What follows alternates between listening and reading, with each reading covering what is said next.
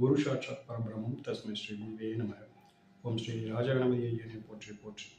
ஓம் ஸ்ரீ லோபாமுத்திரை சமேத ஸ்ரீ அகத்தியர் ஐயா போற்றி போற்றி. அனைவருக்கும் வணக்கம்.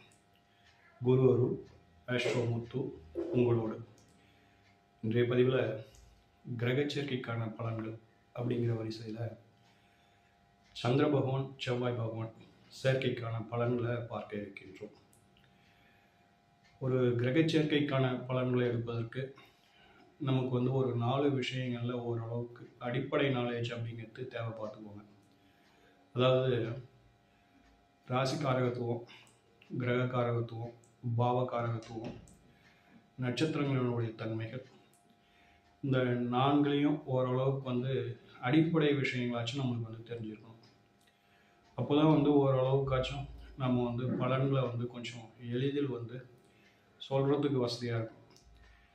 இதென்ன அடிப்படை அப்படின்னு சொல்லுகின்ற பொழுது, உதாரணமாக ஒரு 1960கள்லாம் பார்த்தோம் அப்படின்னாக்கா, இந்த வேலை வாய்ப்பு அப்படிங்கிறது ஒரு குறிப்பிட்ட வேலை தான் இருந்தது. மிஞ்சி போனால் ஒரு இன்ஜினியர், ஒரு டாக்டர், ஒரு ஆசிரியர், ஒரு தொலைத்தொடர்பு சாதனங்களில் வேலை செய்கிறது, இப்படி ஒரு குறிப்பிட்டு சொல்லிடலாம், எண்ணிடலாம் அப்படின்னு வச்சிங்களேன். வேலை வாய்ப்புகளை எண்ணிடலாம்.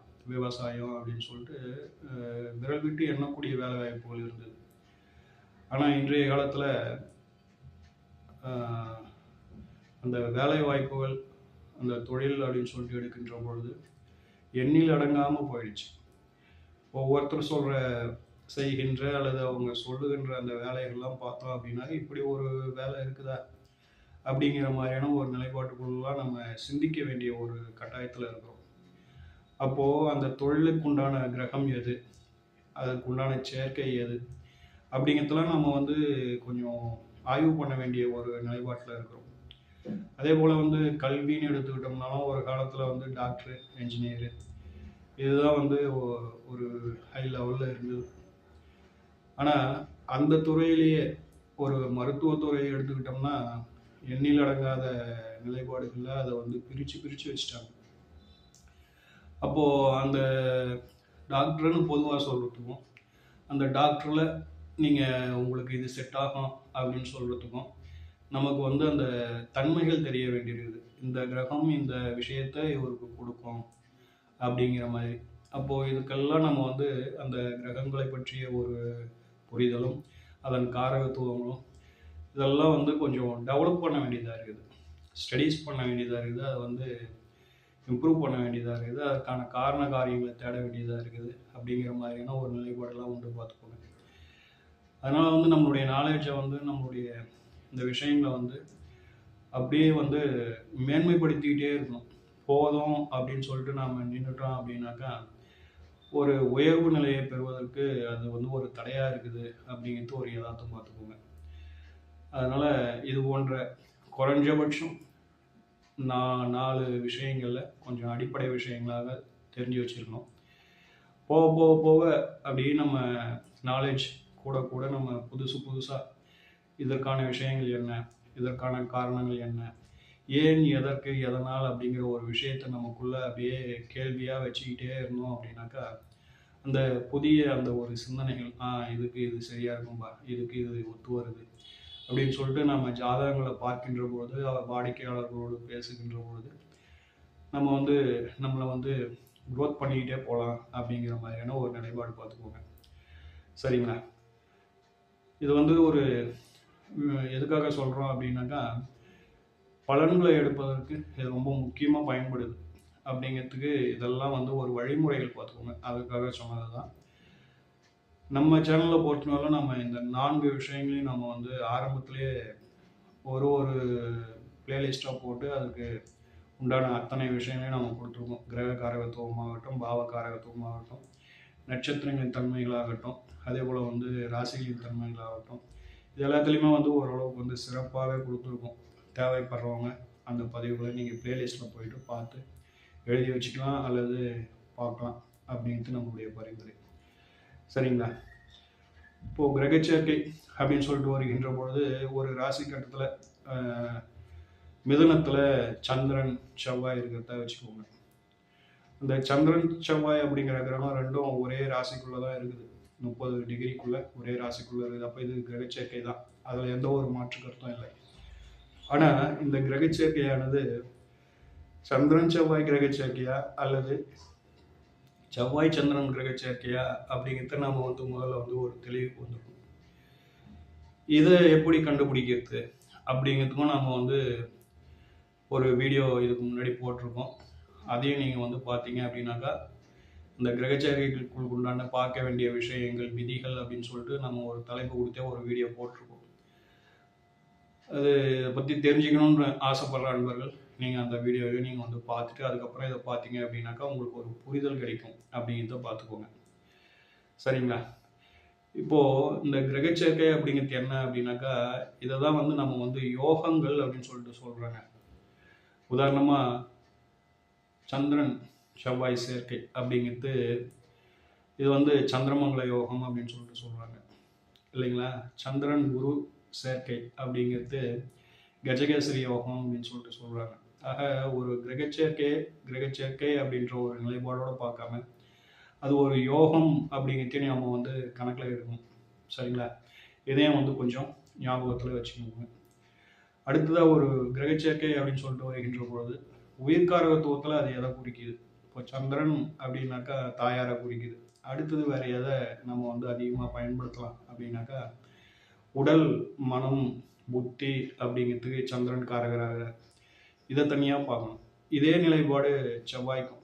செவ்வாய் அப்படிங்கிறவருடைய காரகத்துவம் நம்மளுக்கு ஓரளவுக்கு அடிப்படை விஷயங்கள் தெரிஞ்சிருந்தது அப்படின்னாக்கா செவ்வாய் அப்படிங்கிறவர் ரத்தத்துக்கு காரகர், ஒரு கோபக்காரர், ஒரு வாக்குவாதம் உடையவர், ஒரு பிடிவாதம் உடையவர், ஒரு வேகம் உடையவர், விபத்து வழக்கு சச்சரிக்கை காரணகர்த்தாவாக விளங்குகிறார். அவருக்கு இயந்திரங்கள் அப்படிங்கிறது ஒரு நல்ல ஒரு நிலைப்பாட்டை கொடுக்குது. அதே போல் இன்ஜினியரிங் அப்படிங்கிறது ஒரு அவருடைய தனித்துவம் பார்த்துக்கோங்க. இப்படி இந்த செவ்வாய் பகவானின் காரகத்துவமையும் இந்த சந்திர பகவானுடைய காரகத்துவமையும் ஓரளவுக்கு நம்ம அடிப்படை விஷயங்களில் ஓரளவுக்கு தெளிவில் இருந்தோம் அப்படின்னாக்கா இந்த பலாபலன்களை நம்ம எளிமையாக நம்ம எடுத்துருவோம். அதுக்காக தான் நம்ம சொல்ல வரோம். இப்போது இன்றைய தினம் சந்திரன் செவ்வாய் கிரகச்சேர்க்கை. இப்போ நம்ம ஏற்கனவே சொன்ன மாதிரி தான் சந்திரன் அப்படிங்கிறவர் தாயாரை குறிக்கக்கூடிய ஒரு காரக கிரகம் இல்லைங்களா? செவ்வாய் அப்படிங்கிறது நம்ம ஏற்கனவே சொல்லியிருக்கோம், அது ஒரு வேகம் முடியாது அப்படின்ட்டு. ஸோ முதல்ல இந்த கிரகச்சேர்க்கை அப்படிங்கிறது தாயாருக்கு என்ன மாதிரியான ஒரு நிலைப்பாட்டை தருது அப்படின்ட்டு பார்க்கலாம். தாயார் அப்படின்னு சொல்லுகின்ற பொழுது இது செவ்வாயோட சேர்ந்துருது. அந்த செவ்வாய் அப்படிங்கிறது ஒரு நல்ல ஒரு திடகாத்திரமான ஒரு உடலமைப்பை கொடுக்கக்கூடிய ஒரு கிரகமாக இருக்கின்றது. தைரியத்தை கொடுக்கக்கூடிய ஒரு கிரகமாக இருக்கின்றது. அதனால தாயாரை பற்றி சொல்லுகின்ற பொழுது தாயார் நல்ல ஒரு தைரியமான பெண்மணி. தாயார் அப்படிங்கிறவங்க ஒரு நல்ல திடகாத்திரமான ஒரு உடலமைப்பை பெற்றவராக இருப்பார். தாயாருக்கு கோபம் அதிகமாக வரும். முன்கோபம் அப்படிங்கிறது அவங்க கிட்ட அதிகமாக இருக்கும். அதே போல் தாயார் இடத்துல வாக்குவாதங்கள் செய்யும் அந்த பழக்க வழக்கம் அவங்ககிட்ட இருக்கும். நல்லா போல்டாக பேசும்போதே அப்படியே அதனுடைய நிலைப்பாடு என்ன ஆகிடும் அப்படின்னாக்கா அவங்க பேசுறதே பார்த்தோம்னா ஒரு ஃபோர்ஸாக பேசுவாங்க. அவங்கக்கிட்ட அந்த ஸ்லோனஸ் இருக்காது. ஒரு தன்மை, ஒரு எப்படி சொல்கிறது, ஒரு பணிவான தன்மையோடு பேசுகின்ற அமைப்பு அந்த தாயார் இடத்துல இருக்காது பார்த்துக்கோங்க. அவங்க பேசும்போதே நமக்குலாம் ஒரு உள்ளுக்குள்ளே என்னடா இப்படி பேசுகிறாங்களே அப்படின்ற மாதிரி ஒரு அச்சம் அப்படிங்கிறது நம்ம மனசுக்குள்ளே எதிரில் நின்று பேசுகிறவங்களுக்கு அது புதுசாக பார்க்குறவங்களுக்கு பேசுகிறவங்களுக்கு அந்த ஒரு நிலைப்பாடு தோன்றும். அவங்ககிட்டயே நம்ம ரெகுலராக பார்த்து பேசி பழகிருந்தோம்னா இவங்களுடைய இயல்பே இதுதான் அப்படிங்கிற மாதிரியான ஒரு நிலைப்பாட்டுக்கு வந்துடும் இல்லைங்களா? அப்போ புதிய அன்பர்களிடம் பேசும்போது கூட அவங்க கொஞ்சம் நின்று நிதானமாக பேசுகிற அந்த தன்மை இருக்காது தாயார் இடத்துல. அவங்களுடைய இயல்பை மாற்றிக்க மாட்டாங்க அப்படிங்கிறது இதில் இருக்கிற ஒரு நிலைப்பாடு பார்த்துக்கோங்க. அதனால சந்திரன் செவ்வாய் அப்படின்னு சொல்லிட்டு வருகின்ற பொழுது இது போன்ற தன்மைகளை தந்துடுது. சந்திரன் அப்படின்றது தாயார், செவ்வாய் அப்படிங்கிறது சகோதரம் இல்லைங்களா?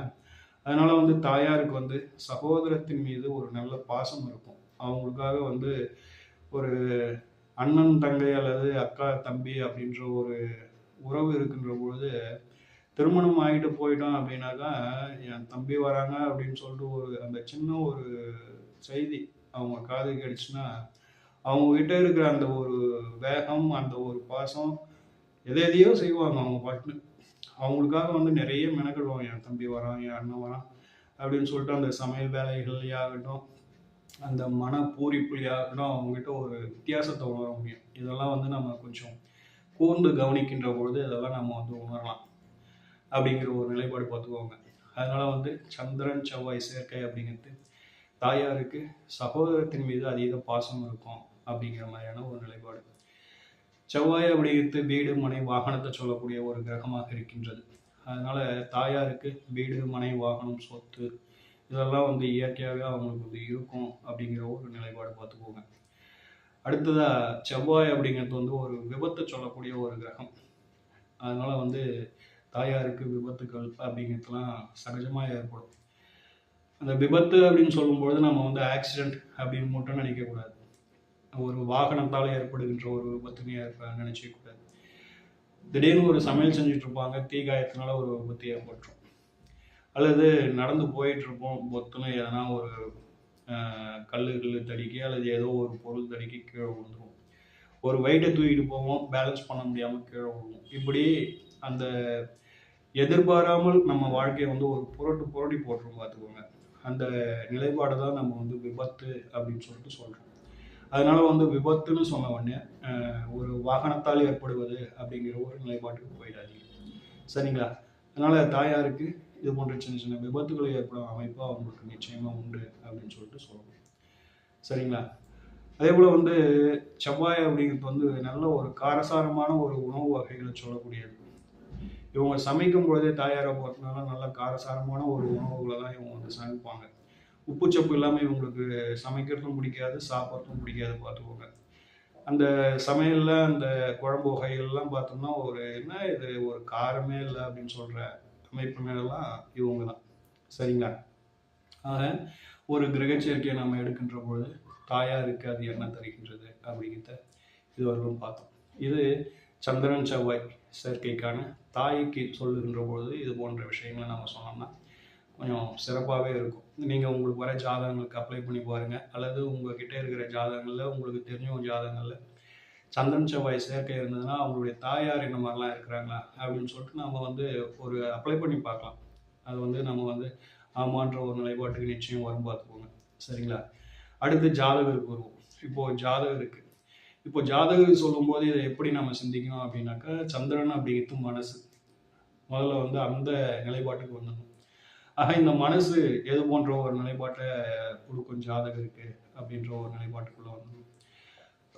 அப்போது செவ்வாய் அப்படிங்கிறது இயந்திரம் பார்த்துக்கோங்க. அது வந்து சிவில் இன்ஜினியருக்கு ஒரு நல்ல இது கொடுக்குற ஒரு நிலைப்பாடு, சப்போர்ட் பண்ணுற ஒரு கிரகம். அதே போல் வந்து யூனிஃபார்ம் சர்வீஸ் அப்படின்னு சொல்லிட்டு வந்துட்டோம் அப்படின்னாக்கா, யூனிஃபார்ம் சர்வீஸ் அப்படின்னு சொல்லுகின்ற பொழுது இந்த போலீஸு, காவல்துறை, மருத்துவம், அதுக்கு அடுத்தது பார்த்தோம் அப்படின்னாக்கா தீயணைப்புத்துறை.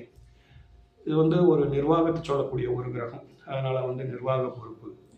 அடுத்ததாக பார்த்தோம் அப்படின்னாக்கா செவ்வாய் அப்படிங்கிறது ஒரு வேகத்தை உடைய ஒரு கிரகம், வீடு மனை வாகனங்களை சொல்லக்கூடிய ஒரு கிரகம். இது எல்லாத்தையும் வந்து இந்த மனசு அப்படி ஜாதகரின் மனசு அப்படிங்கிறது வந்து அதனுடைய ஈர்ப்புல இருக்கும் அப்படிங்கிற மாதிரியான ஒரு நிலைப்பாடு. இது வந்து ஒரு செவ்வாய் அப்படிங்கிறது வந்து ஒரு அரசு கிரகம், சம்பாத்தியத்தை சொல்லக்கூடிய ஒரு கிரகம். இந்த அரசு வீடுகள் அப்படிங்கிறது ஒரு 3, அரசு கிரகங்கள் அப்படிங்கிறது ஒரு 3. அந்த 3ல் செவ்வாயும் ஒரு முக்கிய பங்காற்றுகின்றார். அதனால வந்து இவர் இப்போ ஜாதகருக்கு அப்படின்னு சொல்லும்பொழுது முதல்ல வந்து நம்ம சிந்திக்க வேண்டியது ஜாதகரின் மனசு அப்படின்னு சொல்லிட்டு நம்ம அதை வந்து ஒரு குறிப்பில் மனசில் வச்சுக்கணும். இதை அப்ளை பண்ணும்போது எப்படி அப்ளை பண்ணணும் அப்படின்னாக்கா, ஜாதகரின் மனசு அரசாங்க துறைகளை பற்றிய ஒரு ஈடுபாட்டில் இருக்கும். அவங்களுக்கு வந்து அரசாங்கத்துக்கு போகணும், அரசாங்கத்தில் உத்தியோகம் பார்க்கணும் அப்படிங்கிற ஒரு நிலைப்பாட்டில் அவங்களுடைய மனசு இருக்கும். அதே போல் வந்து இந்த கட்டிடம் சார்ந்த இயந்திரம் சார்ந்த வகைகளில் நம்ம வந்து ஒரு ஜாபுக்கு போகணும், ஒரு யூனிஃபார்ம் சர்வீஸில் ஜாபுக்கு போகணும் அப்படிங்கிற மாதிரியான ஒரு நிலைப்பாட்டை அவங்க மனசு எட்டும். ஒரு வீட்டை கட்டணும், வாகனம் வாங்கணும், நிலப்பலம் வாங்கணும் அப்படின்னு சொல்லிட்டு இந்த கிரக சேர்க்கை அந்த மனசில் விதைச்சிக்கிட்டே இருக்கும் பாருங்க. இந்த சந்திரன் செவ்வாய் கிரக சேர்க்கை அப்படிங்கிறது இந்த வீடு கட்டியே ஆகணும், நிலம் வாங்கியே ஆகணும், வாகனம் வாங்கியே ஆகணும் அப்படிங்கிறது ஒரு தூண்டுகோலாக இருக்குது அப்படிங்கிறதுல எல்லாம் மாற்று கருத்து கிடையாது பார்த்துக்கோங்க. இந்த கிரகச்சேகரை இருக்கிறவங்க நிச்சயமாக வந்து இந்த வீடு, வாகனம், சொத்து இது சார்ந்த சிந்தனைகள்ல மனசு அப்படியே வந்து ஒரு நிலையாக நின்றுட்டுருக்கும். ஒரு பிடிவாதமாக வந்து அதை வந்து முடிச்சிடணும் அப்படின்னு சொல்லிட்டு ஒரு நிலைப்பாட்டில் இருக்கிற அன்பர்களாகவே இருப்பாங்க. இதை நீங்கள் உங்களுக்கு வரும் ஜாதகங்களில் ஆய்வு செஞ்சு பாருங்கள். அதே போல் வந்து இவங்களை பொறுத்தவரையிலும் அரசு சார்புடைய விஷயங்களில் ஈடுபடுவாங்கன்னு சொல்லியிருக்கோம். இயந்திரம் சார்ந்த விஷயங்களில் ஈடுபடுவாங்க அப்படின்னு சொல்லியிருக்கோம். இவங்களுக்கு வந்து இந்த ஊறுகாய் அப்படிங்கிறது வந்து ரொம்ப பிடிக்கும். அந்த என்னதான் நம்ம சமைச்சு வச்சுருந்தாலும் அந்த காரசாரமான அந்த சமையலுக்கு வந்து ரொம்ப எதிர்பார்ப்பாங்க. ஊறுகாயை வந்து ரொம்ப அதிகமாக வந்து விரும்பி உண்ணுவார்கள் அப்படிங்கிற மாதிரியான ஒரு நிலைப்பாடு. இந்த காரம் அப்படிங்கிறது செவ்வாய் தான் பார்த்துக்கோங்க. அதனால வந்து இந்த ஊறுகாய் அப்படிங்கிறதுலாம் ஒரு சிறப்பாக செயல்படும். உங்களுக்கு ஊறுகாய் பிடிக்குமா அப்படின்னு யார்கிட்ட கேட்டு பாருங்க. ஆமாம் அப்படின்னு சொல்லிட்டு சொல்லுவாங்க. எவ்வளோ நம்ம வந்து ஒரு சைட் டிஷ் வச்சுருந்தாலும் அந்த ஊறுகாய்க்கு அவ்வளோ ஒரு முக்கியத்துவம் கொடுக்கின்ற ஒரு அன்பர்கள் அப்படின்னு சொல்லிட்டு சொன்னோம்னா இந்த சந்திரன் செவ்வாய் சேர்க்கை அப்படின்னு சொல்லிட்டு நம்ம வந்து சொல்லுவோம். சரிங்களா? செவ்வாய் அப்படிங்கிறது ஒரு நிர்வாகம் பார்த்துக்கோங்க. அதனால வந்து குடும்ப நிர்வாகமாக இருந்தால் கூட அதை நாம் தான் நிர்வகிக்கணும் அப்படின்ற ஒரு நிலைப்பாட்டுக்குள்ளே இவங்க மனசு இருக்கும். மற்றவங்க நிர்வாகம் பண்ணாங்கன்னா அதை வந்து இவங்க வந்து அவ்வளோ எளிதில் ஏற்றுக்கிறது இல்லை. எத்தனை பேர் இருந்தாலும் வந்து குடும்ப நிர்வாகத்தை நாம் பார்க்கணும், நாம் செய்யணும், அதை நம்ம முன்னிருந்து நம்ம நடத்தணும் அப்படின்ற ஒரு நிலைப்பாட்டுக்குள்ளே வந்துடுவாங்க. ஒரு வேலைக்கு போகிறது அப்படின்னா கூட ஒரு தலைமை பொறுப்பில் ஒரு நிர்வாகியாக இருந்து வேலை செய்யறதுல இவங்களுடைய மனசு ரொம்ப ஒரு விருப்பத்தை தெரிவிக்குது. ஒரு கீழ் லெவல் வேலைக்கு போகணும், ஒரு அடிமட்ட வேலையை செய்யணும் அப்படின்னும் பொழுது அது வந்து பெருசாக வந்து இவங்க வந்து லைக் பண்ணுறதில்ல அப்படிங்கிற மாதிரியான ஒரு நிலைப்பாடு பார்த்துக்கோங்க. ஆக செவ்வாய் அப்படிங்கிறது அந்த ஒரு நிர்வாகம் அப்படிங்கிறதுனால அதனுடைய பிரதிபலிப்பு இவங்க மனசுக்குள்ளே எப்பயுமே வந்து அப்படியே லைட்டாக இருந்துக்கிட்டே இருக்கும் அப்படிங்கிற மாதிரியான ஒரு நிலைப்பாடு பார்த்துக்கோங்க. சரிங்களா? ஆக இன்றைய தினம் நம்ம பார்த்தோம் அப்படின்னாக்கா செவ்வாய் பகவானின் சந்திர பகவான் இந்த சேர்க்கை அப்படிங்கிறது ஜாதகருக்கு என்ன மாதிரியான ஒரு நிலைப்பாடு தருது, தாயாருக்கு என்ன மாதிரியான ஒரு பலன்களை தருது அப்படின்னு சொல்லிட்டு பார்த்துருக்கோம். இதெல்லாம் வந்து ஒரு அடிப்படையான ஒரு கிரகச்சேர்க்கை பலன்கள் பார்த்துக்கோங்க. இன்னும் நம்ம வந்து இதை வந்து மிங்கிள் பண்ணி இன்னும் நிறைய பலன்களை சொல்லலாம். நீங்களும் வந்து இதே போல் வந்து கொஞ்சம் ட்ரை பண்ணுங்கள். நீங்களும் சிந்தியுங்கள், ப்ராக்டிஸ் பண்ணுங்கள். தொடர் பயிற்சியும் விடாமுயற்சியும் ஒரு நல்ல ஒரு நிலைக்கு நம்மளை வந்து அழைச்சிட்டு போகும் அப்படிங்கிறது நம்மளுடைய அனுபவ கருத்து பார்த்துக்கோங்க. சரிங்களா? சரி நண்பர்களே, இன்றைய தினம் வந்து இந்த கிரகச்சேர்க்கை உங்களுக்கெல்லாம் ஒரு புரிதலையும் ஒரு நல்ல பயனுள்ள வகையிலே இருந்திருக்கும் அப்படின்னு சொல்லிட்டு நாங்கள் நம்புகின்றோம். ஓம் ஸ்ரீ ராஜகணபதி ஐயா அவர்களின் அருளோடும், ஓம் ஸ்ரீ லோபாமுத்திரை சமேத ஸ்ரீ அகத்தியர் ஐயா அவர்களின் ஆசியோடும் அனைவருக்கும் வாழ்வில் நலமும் வளமும் கிடைக்கப் பெற்று ஆனந்தமும் மகிழ்ச்சியும் என்றென்றும் நிலைத்திருக்கட்டும். வாழ்க வளமுடன், வாழ்க பல்லாண்டு. நன்றிகள், வணக்கம்.